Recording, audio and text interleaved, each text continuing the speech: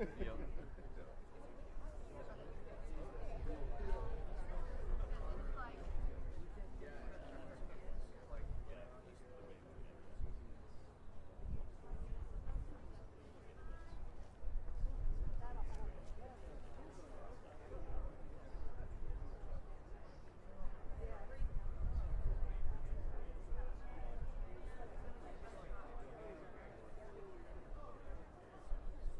You hear when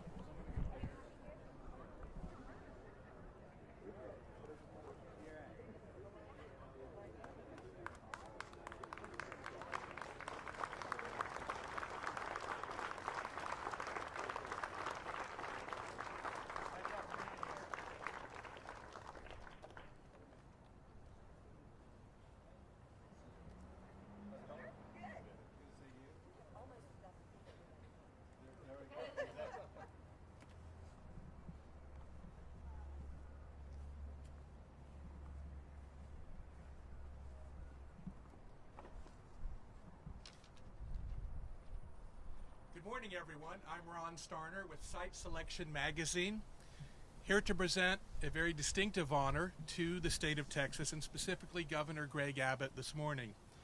You know, the word dynasty is often associated with legendary sports teams. You're no stranger to that.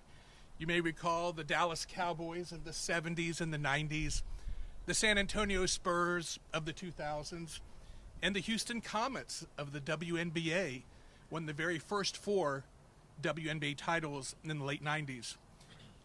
When we talk about dynasty, it's really about excellence, and we know excellence when we see it. Being a dynasty isn't just about winning, it is about how you win and how often you do it. Well, it is time to start talking about the state of Texas as an economic development dynasty. The highest award that any state can receive for economic development is the Site Selection Magazine Governor's Cup Trophy, which annually goes to the state that produces the most corporate real estate investment projects in the country. Our Atlanta-based magazine inaugurated this award in 1988, exactly 38 years ago today. Being a dynasty means that you show longevity in winning, and that you win consistently in dominant fashion. By that measurement, no other state comes close to Texas. Since 2000, Site Selection has bestowed the Governor's Cup 26 times. Texas has won the trophy 16 of those times. Ohio is the next closest with 6. No other state has 2. Today, I am here to award the Site Selection Governor's Cup Trophy to Texas Governor Greg Abbott for a record 17th time this century, including, are you ready for this? 14 years in a row. To put that into perspective, you have to go all the way back to 2012 to find a state other than Texas on the cover of the March issue of Site Selection. So Texas did not just win the Governor's Cup this time, it obliterated the record books by registering a nation-leading 1,406 projects. That's more than double the tally of second place Illinois and more than triple the count of third place Ohio. This is significant because the crown jewel of economic development work is landing good jobs for your citizens, and nobody does that better than Texas. It's also significant because corporate executives and site consultants worldwide rely on our magazine, Site Selection, for timely news and data on corporate site selection trends and activity. So we've been at this for 72 years. It is why our nickname in economic development is the Bible of corporate site selection. We also recognize that when we measure the performance of states, we are also measuring the performance of the people who work day in and day out to do this job. These are people like Governor Abbott, Adriana Cruz, Aaron Demerson, and a host of other state, local, and regional leaders. But we specifically call it the Governor's Cup because we recognize that the buck stops literally right here at the governor's mansion. The governor of a state sets the tone for strategy, leadership, and execution of all economic development activity statewide. Texas first began winning Governor's Cups back in 2005, and now it is claiming them perennially under the leadership of Governor Greg Abbott. So per our magazine's methodology, that means he's the best in the business. Congratulations, Governor Abbott. You and your entire team have earned the Site Selection Governor's Cup for a record 14th year in a row and the 17th time since the year 2000.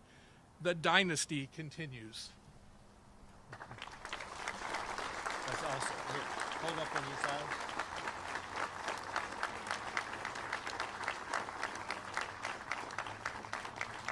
That's awesome. Thank you.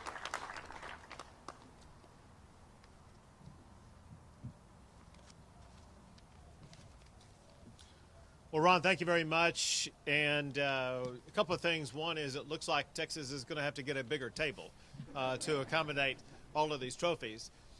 Another, I think this is the first time you and I have met, but you tapped into my brain quite well by coming up with a sports metaphor about the dynasty that Texas has. And I will extend that metaphor by saying that just I, as governor alone for the state of Texas, have won more Governor's Cup national championships for economic development than the combination of Nick Saban and Tom Brady combined. And so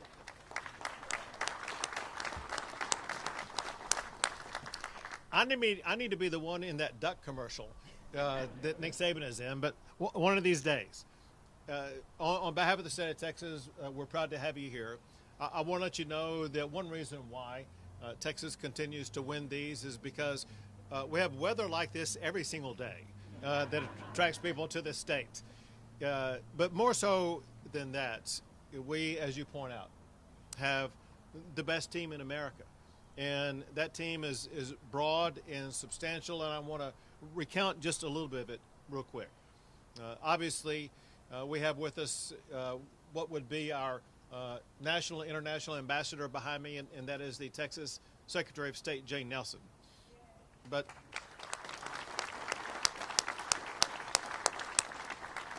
to continue the sports metaphor, every team has a most valuable player. And in Texas, our most valuable player is Adriana Cruz, who's the head of economic development in the governor's office for the great state of Texas.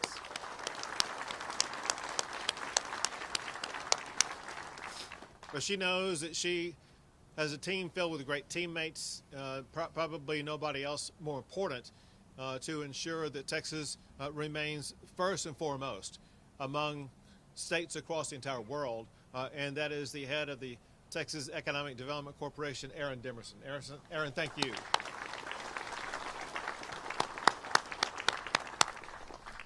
And I also want to thank the Texas Workforce Commission. Listen, the Texas Workforce Commission, they provide so much assistance and guidance to employers who are currently here, as well as those who are seeking to come here, ensuring that Texas is going to provide the skilled workforce that our employers demand. In turn, that leads to good paying jobs for more Texans. And it is very helpful to have the Texas Workforce Commission, as well as, very importantly, all the people who are standing on the steps behind me. It's a combination of two groups. One is the group of professionals across the state of Texas, literally from West Texas to East Texas to North Texas to South Texas, and many parts in between. These local economic development teams may be the difference maker in Texas that differentiates us from other states. The fact of the matter is, on a daily and weekly basis, our local economic development teams and leaders, they are working to compete against other communities in Texas, compete against other states, and sometimes even compete against other countries. And when we have so many of those robust local economic development teams working alongside the state of Texas, that just is wind at our back to ensure we will be leading in projects now and going forward. Speaking of projects, this is not 14 and done for the state of Texas. We no doubt are on track to be in a very meaningful position this coming year. Texas, as we speak right now, has well over 400 projects in the queue. There are economic development projects that we have a great chance of landing over the course of the next 12 months, and ensuring that Texas should be on a pathway to once again ranking #1 in the United States of America. And then, very importantly, are the businesses who make decisions to either come to the state of Texas or who are already here who make the decision to invest more in the state of Texas. Regardless, what they have found is that the state of Texas offers the best platform for them to be able to achieve. Let me outline some of those aspects and connect with one of the most important.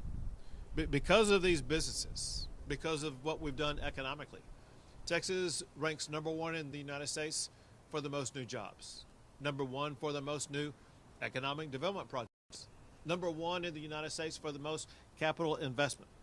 Texas ranks at #1 for the value of goods produced. We rank #1 for the most new corporate headquarter relocations. During my time as governor, there have been more than 300 of those corporate headquarter relocations to the state of Texas. But very importantly, Texas also ranks #1 as the best business climate. Let me underscore that for a moment. It's that business climate that businesses look to when they want to make a decision about where they should locate. They need to know that the climate they're going into is not a climate that's hostile, that's going to be imposing more taxes and regulations that make it more difficult to operate. They want to go to a climate that's business friendly. And Texas has clearly established the most business friendly climate of any state in the United States. And just as important as me talking about, let's say, Fortune 500 company headquarters that are moving here, the fact of the matter is that more than 98% of all businesses in our state are small businesses. And we work every day trying to find ways to assist and aid and support our small businesses in the state, knowing that they are the backbone of the Texas economy. And when you look at what these businesses have done for our state, they've ensured ongoing prosperity for literally decades to come. What they've helped Texas to achieve is perhaps the most diversified economy in the United States. There was a time when Texas was known as an oil and gas state. And yeah, we're still number one for oil and gas. We're still number one for cattle and cotton. But if you look at the careful work that we've put in, creating a master plan for the future of the state of Texas, you can see that we are on a trajectory to ensure our economic diversification is going to inoculate us in good times as well as in bad times, to ensure our economy is still going to grow, still create new jobs, create prosperity opportunities for Texans going forward. As just some examples, Texas ranks number one for the most employees working in the finance sector. That's why it was just natural for Texas and in particular Dallas to be now what seems to be the leading location in the United States for stock exchanges. It's the location for the new Texas Stock Exchange. And when the New York Stock Exchange and NASDAQ Stock Exchange realized that Texas has its own stock exchange, and when they realized that most of their listings are right here in the state of Texas, they realized they needed to set up regional headquarters in Texas where they would be doing trading from right here in the state of Texas. And this is something that's just going to accelerate, knowing that those stock exchanges I just mentioned are operating in a city that's now run by a communist, whereas Texas, to the contrary, is the most capitalistic state in the United States of America. Being that we're number one for capital investment, it just makes sense that Texas is going to be number one in the United States of America for capital markets like stock exchanges. We also lead the nation already in technology as well as exports of technology. Texas ranks number one in the United States for semiconductor manufacturing and semiconductor exports. And when you look at where we are going forward, Texas is the fastest growing economy in the United States of America for space as well as for artificial intelligence. Those are two of the key drivers of global economics going out 1, 2, 3, and 4, 5 decades.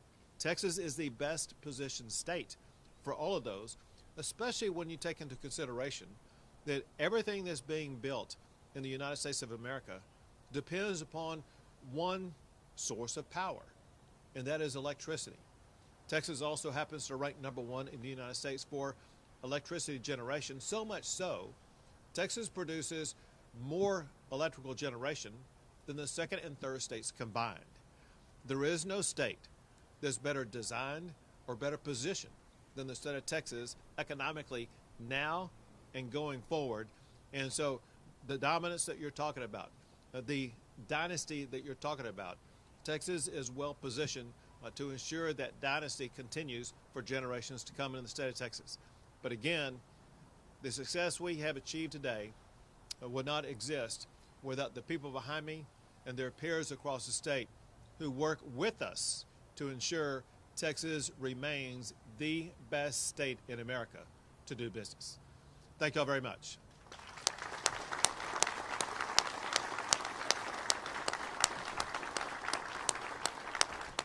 I'll take a few questions. We've had a shooting, we have the election coming up, we have Iran. Are we worried about security, increased security? Are we going to try and do that for the election tomorrow? So you mentioned what's going on in Iran, And what I did immediately, hours after the attack took place, I made an announcement that the Texas Department of Public Safety and the Texas National Guard have already been deployed to ensure that strategies are underway to make sure that we're going to be able to deal with any terroristic concerns or invasions or attacks or whatever, whether it be to public safety or to the election process. Know also that we now have the new Texas Cyber Command, and we have the best leader in the country leading the Cyber Command, who is working with us to ensure that we will be safeguarded against cyber attacks also. And so I could not be more clear than to inform Texans that as long as this war is going on, we need to be safe against potential attacks like what happened in Austin, Texas this past weekend, to make sure we all remain vigilant, but also informing the public that Texas has redoubled the personnel on the ground to make sure we keep our communities as safe as possible. Governor, have you received any updates from the FBI on their investigation into a possible terrorist connection? Yeah, so the FBI is working in collaboration with the Texas Department of Public Safety as well as others. And they want to track down every last detail about the shooter's connection to terrorism. It's been well publicized about what he's done on his own. And what the determination is right now, the investigation is right now, is whether or not this was a lone wolf operation or whether or not there was any connection with anybody else. Who was he in contact with? Where did he get information from? Did he have any other connection? And we will not rest until every last trail or piece of information is pursued to determine if there's anybody else involved in this whatsoever. And if so, obviously, we will track them down, find them, and bring them to justice. That said, this will take a while to complete the entire investigation, but it is opening up avenues for us to investigate to ensure that we will be able to better track and better identify any other lone wolves out there or anybody else who may have any level of connection to any terrorist organization, so that we will be able to attack them and get to them before they harm anybody here in the state of Texas. 2 more questions, folks. All right. Thank you all very much, and thank you very much.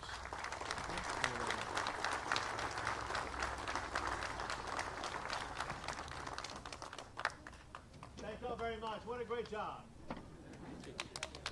Appreciate what y'all do every single day.